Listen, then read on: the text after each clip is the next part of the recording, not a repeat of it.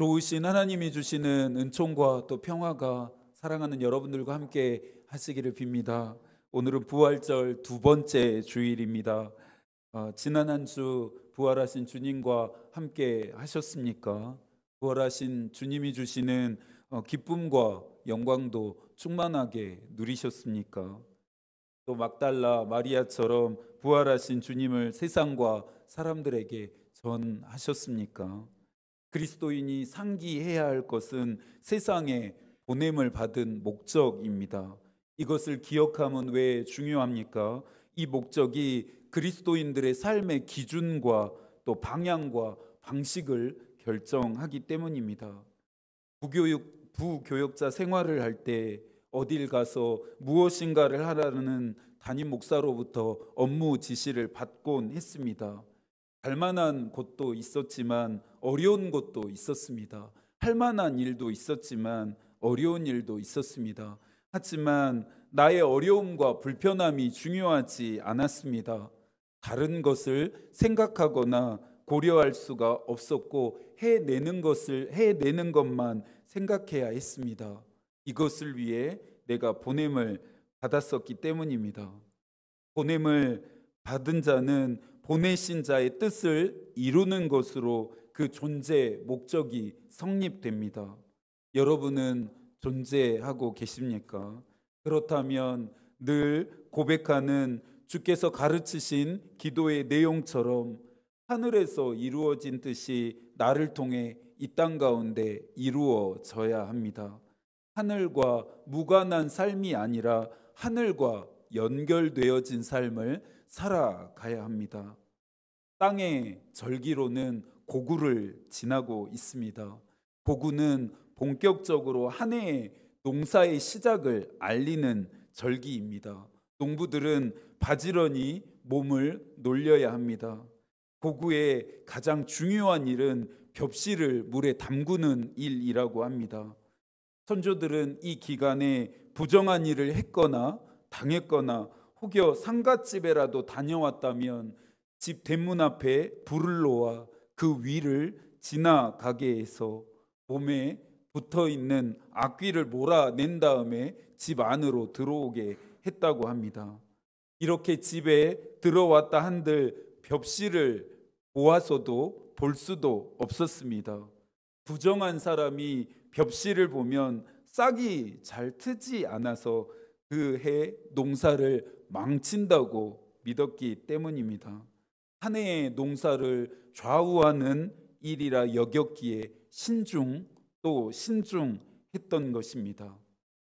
한 해 농사를 준비하는 농부들에게 사실 가장 중요한 건 따로 있었습니다. 농부들은 농사를 준비하며 매일매일 쉴 새 없이 하늘을 올려다 봅니다.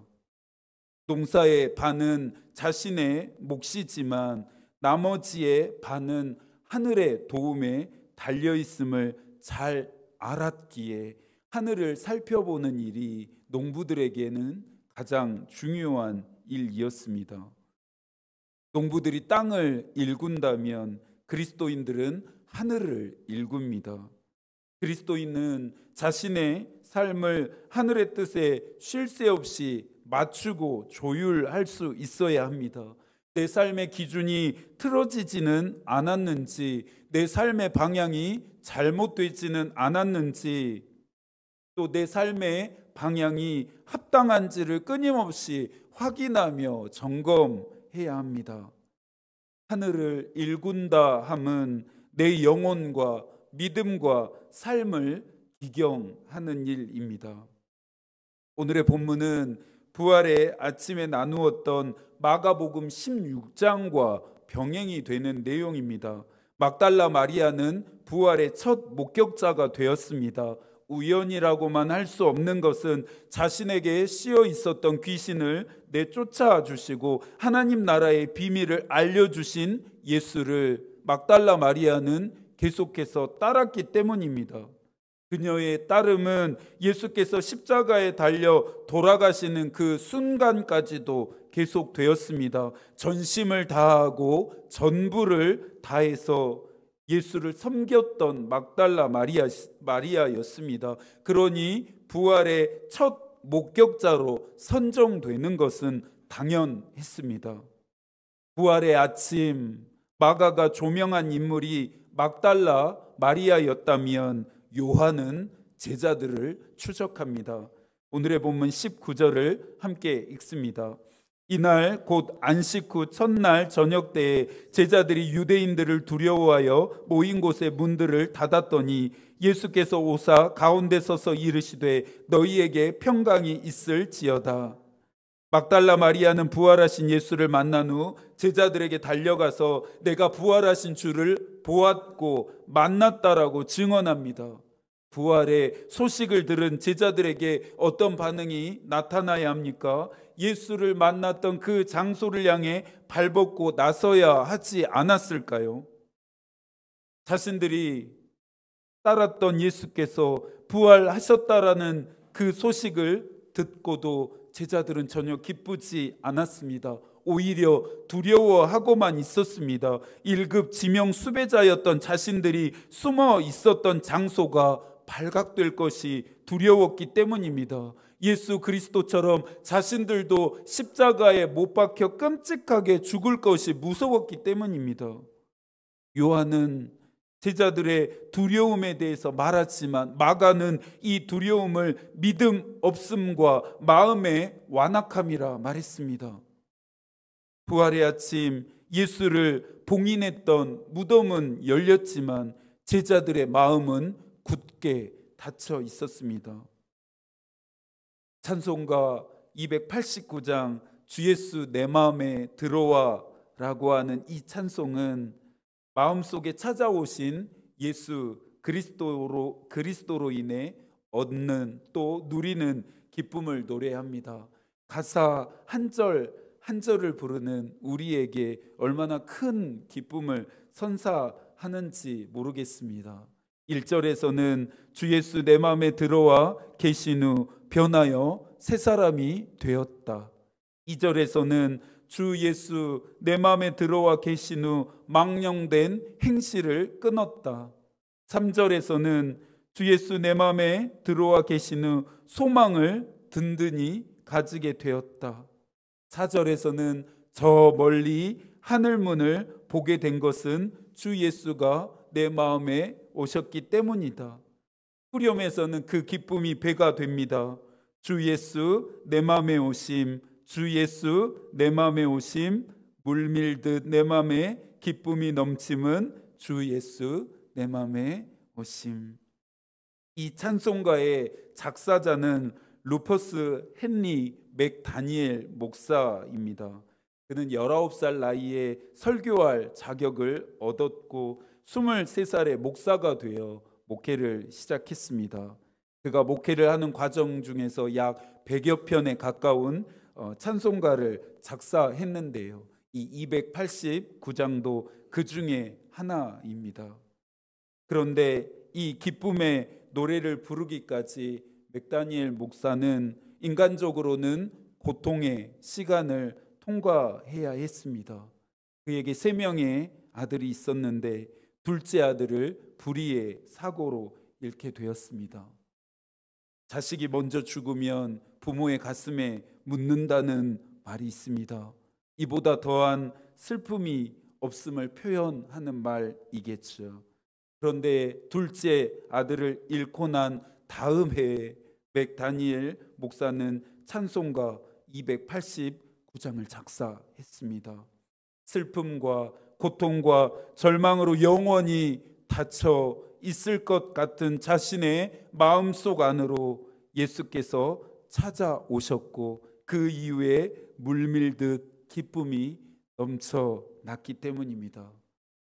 에베소서 4장 23절과 24절에서도 말합니다. 오직 너희의 심령이 새롭게 되어 하나님을 따라 의와 진리의 거룩함으로 지으심을 받은 새 사람을 입으라.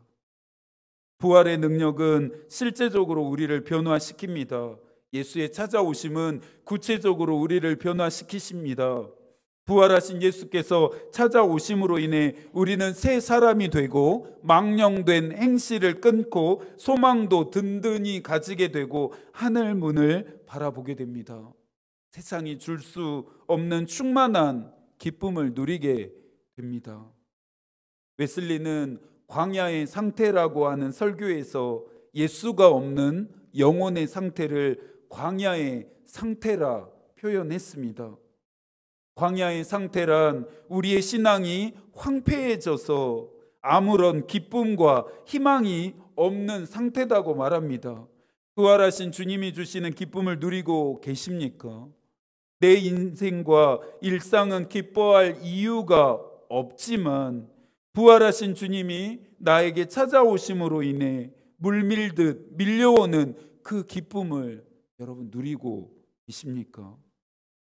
같은 믿음 생활을 하는데도 기쁨이 가득한 사람이 있습니다. 반면에 그렇지 않은 사람도 있습니다. 기쁨이 있는 사람은 기뻐할 만한 아주 작은 것 한 가지에도 감사하지만, 기쁨이 없는 사람은 기뻐할 만한 많은 것들 앞에서도 여전히 불만과 불평과 원망만 합니다. 물론 우리의 인생과 일상이 늘 기쁠 수만은 없습니다. 말 그대로 마음의 상태, 영혼의 상태를 말하는 것입니다. 기계가 원활하게 작동하고 효율성을 유지하려면 윤활유가 필요합니다. 이 윤활유라는 것이 기계 부품 간의 마찰을 줄이고 또 마모도 방지합니다. 열을 냉각시켜주는 역할도 하기 때문에 기계의 수명을 연장하고 유지, 보수를 줄여주는 중요한 역할을 합니다. 그리스도인의 믿음이 원활하게 작동하고 지속성을 유지하기 위해서는 윤활유 역할을 하는 이 기쁨이 반드시 있어야 합니다. 이 기쁨은 세상과 사람들이 주는 일시적인 것이 아닌 부활하신 주님이 주시는 영원한 것입니다. 이 기쁨은 믿음을 줄이고 떨어지게 하는 요소를 막아주는 아주 중요한 역할을 합니다. 그래서 바울도 항상 기뻐할 만한 이유를 찾으라 권면했습니다. 예수께서 나의 죄를 위해 순환과 죽음을 당하셨는데도 어떻게 기쁘지 않을 수가 있을까요? 예수께서 나를 위해 약속대로 부활하셨는데도 어떻게 희망이 없다 말하는 것일까요? 웨슬리는 기뻐하는 내면의 능력을 상실했기 때문이라 대답합니다. 어두움은 우리의 영혼을 지배하면서 부활하신 주님이 주시는 기쁨과 희망을 누릴 능력을 상실하게 합니다. 어둠을 극복할 수 있을까요? 이길 수 있습니다. 그 답은 하나님이 세상을 창조하신 이야기를 기록한 창세기에 있습니다. 창세기 1장 2절과 3절의 말씀입니다. 땅이 혼돈하고 공허하며 흑암이 깊음 위에 있고 하나님의 영은 수면 위에 운행하시니라. 하나님이 이르시되 빛이 있으라 하시니 빛이 있었고. 빛이 빛주이면 어두움은 사라집니다. 하늘을 향해 마음을 활짝 열어야 은혜의 빛, 진리의 빛, 영광의 빛이 쏟아져 들어옵니다. 또한 그러면서 기뻐하는 내면의 능력을 되찾기 위해서는 예수의 말씀하심에도 귀를 기울여야 합니다.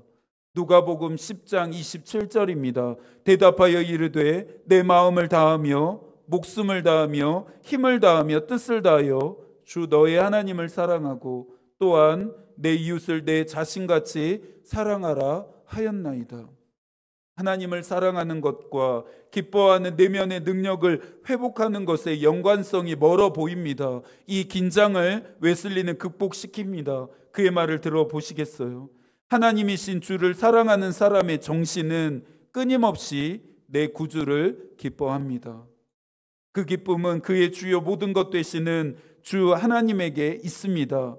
하나님을 향하여 그는 모든 것에 감사하고 그의 소망은 다 하나님께 향해지며 하나님의 이름을 기념하는 일입니다. 모든 원수들의 손에서 그리고 사울의 손에서 자신을 건져내신 하나님을 다윗도 찬양합니다. 시편 18편 1절과 2절입니다. 나의 힘이 되신 여호와여, 내가 주를 사랑하나이다. 여호와는 나의 반석이시요 나의 요새시요 나를 건지시는 이시요 나의 하나님이시요 내가 그 안에 피할 나의 바위시요 나의 방패시요 나의 구원의 뿌리시요 나의 산성이시로다. 기뻐하고 감사할 이유가 있어야만 기쁘고 감사한 것만은 아닙니다. 그리스도인에게는 나의 모든 것 되시는 그분의 계심 자체가 기쁨과 감사의 근원이고 원천입니다. 제자들과 같이 마음의 문을 단단히 걸어 잠그고 부활하신 주님을 받아들이지도 않고 그분이 주시는 기쁨도 누리지 않고 계십니까? 사랑하는 여러분, 기뻐하십시오. 여러분을 위해 죽으신 주님이 여러분을 위해 부활하셨습니다. 여러분에게 주시는 은혜와 복을 그 어떠한 것에도 빼앗기지 마십시오. 지금까지 막달라 마리아와 제자들의 모습을 살펴보았다면 이제부터는 정말 중요한 우리 주님을 만날 차례입니다. 다시 한번 19절입니다. 예수께서 오사 가운데 서서 이르시되 너희에게 평강이 있을지어다. 우리가 믿는 주님은 인자하시고 자비로우신 분이십니다. 여러분이 예수님이라면 배신한 제자들을 찾아가서 어떻게 하시겠습니까? 마키아벨리는 인간은 배은망덕하고 변덕스럽고 위험에선 빠지려고 하고 이익에는 열정적이다라고 말했습니다. 딱 제자들의 모습입니다. 저 같았으면 다른 제자들도 제자들이지만 꼭 한 사람에게는 분명히 따져 물었을 것 같습니다. 누구겠습니까? 베드로입니다. 주께서 잡히셔서 순환을 받으시고 십자가에서 죽으신다고 하는 이야기를 듣자마자 그런 일은 절대 없을 거라고 나도 주님의 뒤를 따르겠다라고 아주 난리를 쳤던 인물이 베드로이기 때문입니다. 예수께서는 자신을 배신한 제자들을 책망하지 않으십니다. 십자가에서 죽는 순간까지 제자들을 걱정하셨습니다. 그들이 느끼고 있을 두려움도 이해하십니다. 예수께서는 그런 제자들에게 가장 먼저 평강을 선물하십니다. 이 평강은 우리가 잘 알고 있는 샬롬입니다. 샬롬은 단순한 기쁨이나 평안 정도를 의미하지 않습니다. 이 샬롬의 진정한 능력은 제자들의 두려움의 뿌리를 완전히 뽑아내는 능력이고 예수 그리스도와 제자들과의 깨어진 관계를 회복함을 의미합니다. 제자들에게 절실하게 필요했던 은혜입니다. 20절입니다. 이 말씀을 하시고 손과 옆구리를 보이시니 제자들이 주를 보고 기뻐하더라. 예수께서 이번에는 순환의 흔적도 보이십니다. 들음만으로 충분하지 않은 제자들에게 이제는 보임으로써 부활하신 자신을 드러내십니다. 그러면서 22절에서는 성령까지 허락하십니다. 스스로를 배신자, 패배자로 여기며 자책하고 무너져 있던 제자들을 예수께서 격려하시며 힘을 북돋우시고 다시 일으켜 세우십니다. 이런 제자들을 완전히 바꿀 수 있는 것은 오로지 성령의 능력뿐이었습니다. 약함과 두려움에 떨었던 바울을 힘있게 했던 것도 성령의 능력이었습니다. 고린도전서 2장 3절부터 5절까지의 말씀입니다. 내가 너희 가운데 거할 때 약하고 두려워하고 심히 떨었노라. 내 말과 내 전도함이 설득력 있는 지혜의 말로 하지 아니하고 다만 성령의 나타나심과 능력으로 하여 너희의 믿음이 사람의 지혜에 있지 아니하고 다만 하나님의 능력에 있게 하려 하였노라. 제자들과 같이 마음의 문을 닫은 채 약함과 두려움에 떠는 교우들 있으십니까? 부활하신 주님이 주시는 평강이 있기를 축복합니다. 또한 성령의 나타나심과 능력을 힘있게 되시기를 축복합니다. 예수의 말과 행동에는 언제나 하나님 나라의 뜻이 숨겨져 있었습니다. 오늘 제자들에게 이와 같이 행하심에도 하나님 나라의 뜻을 이루기 위해서였습니다. 21절입니다. 예수께서 또 이르시되 너희에게 평강이 있을지어다. 아버지께서 나를 보내신 것 같이 나도 너희를 보내노라. 31절도 함께 읽습니다. 오직 이것을 기록함은 너희로 예수께서 하나님의 아들 그리스도이심을 믿게 하려 함이요 또 너희로 믿고 그 이름을 힘입어 생명을 얻게 하려 함이니라. 제자들을 통해 이루어져야 할 하나님 나라의 뜻은 무엇입니까? 세상이 예수 그리스도가 하나님의 아들이심을 믿고 그를 믿음으로 인하여 영원한 생명을 얻게 하는 것입니다. 예수께서 순환과 죽으심을 통하여 완성하신 구원의 사역을 지금부터는 제자들이 이어가야 한다는 말입니다. 하늘에서 이루어진 뜻이 이 땅 가운데 이루어지도록 하나님으로부터 자신이 보냄을 받은 것처럼 이제는 예수께서 제자들을 세상으로 보내십니다. 사도라고 하는 말은 바로 보냄을 받은 사람들이라고 하는 뜻입니다. 저는 우리 교회만 잘 되는 것을 바라지 않습니다. 우리끼리만 복과 은혜를 받는 것도 원하지 않습니다. 우리 교회를 통해 그리고 여러분들을 통해 하나님이 주시는 은혜와 복이 세상과 사람들에게 골고루 나누어지기를 기도하고 있습니다.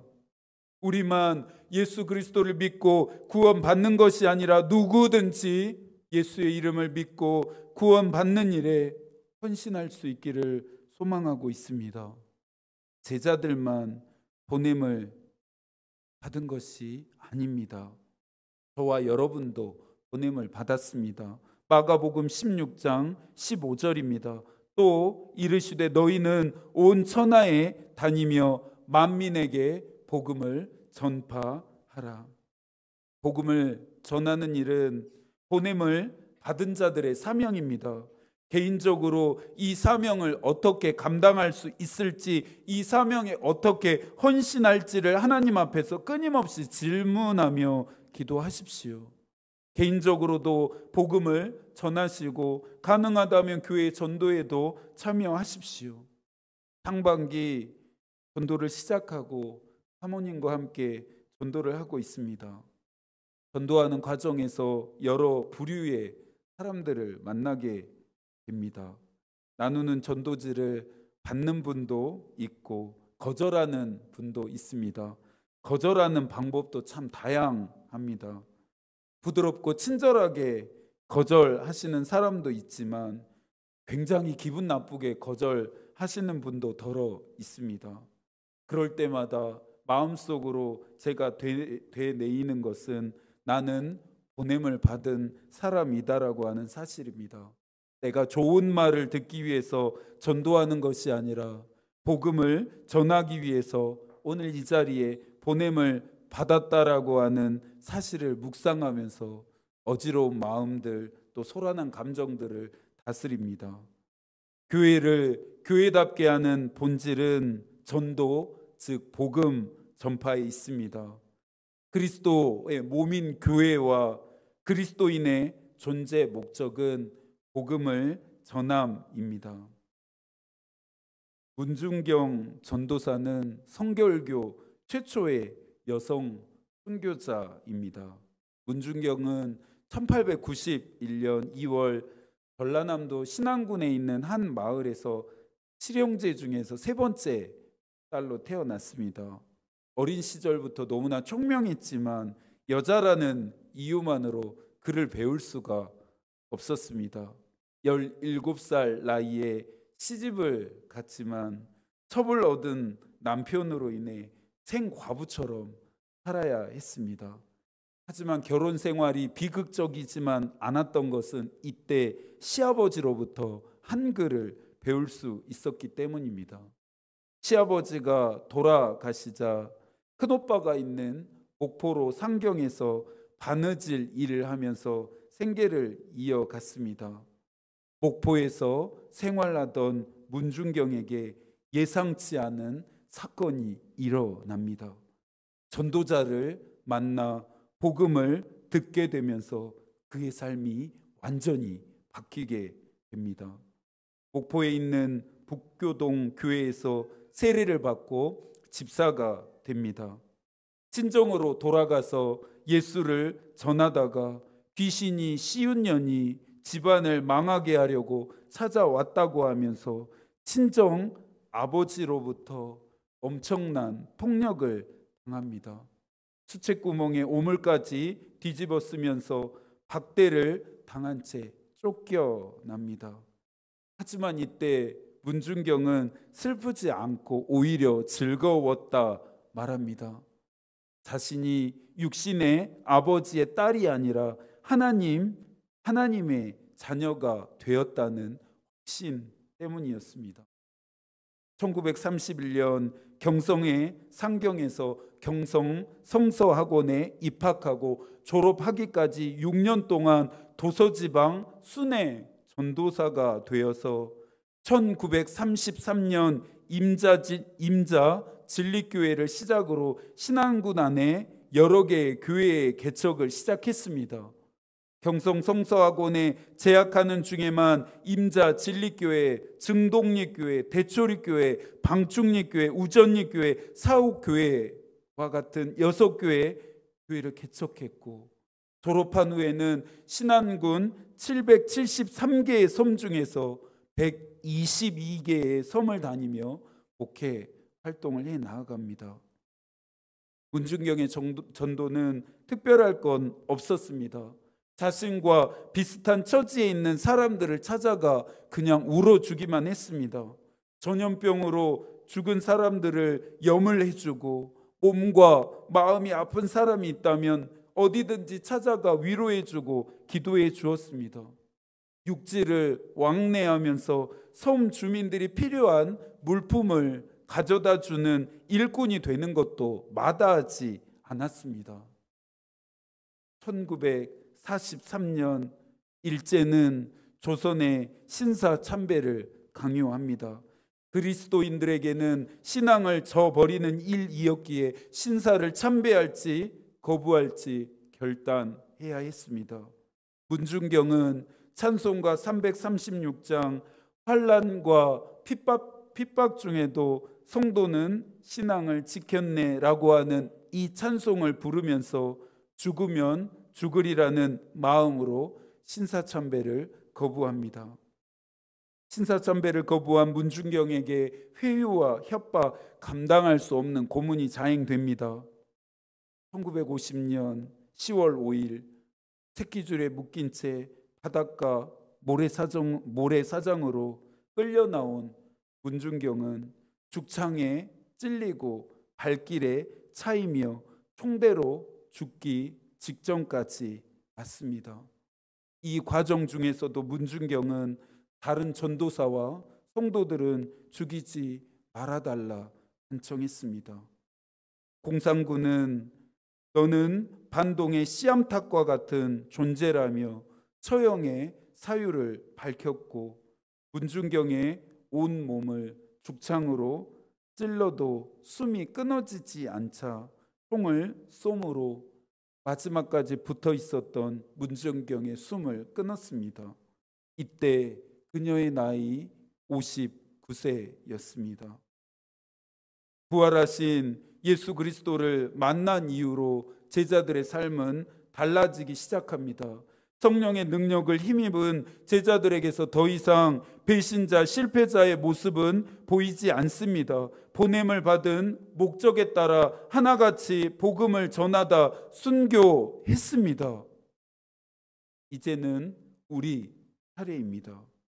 부활하신 예수 그리스도를 우리도 만났으니, 나도 만났으니 우리의 삶은, 나의 삶은 달라져야 합니다. 성령의 능력을 힘입어 온 세상을 위해 십자가를 지신 예수 그리스도를 전해야 합니다. 위대한 사람이 위대한 삶을 사는 것이 아닙니다. 위대한 삶을 사는 사람이 위대한 사람이 되는 것입니다. 하나님으로부터 위대한 일을 기대하십시오. 그리고 하나님을 위해 위대한 일을 시도하십시오. 이 한 주간도 여러분을 통해 세상에 예수 그리스도가 전해지기를 기도하겠습니다. 하나님의 마음이 우리의 기도가 되고 하나님의 뜻이 우리의 길이 되기를 빕니다. 아멘.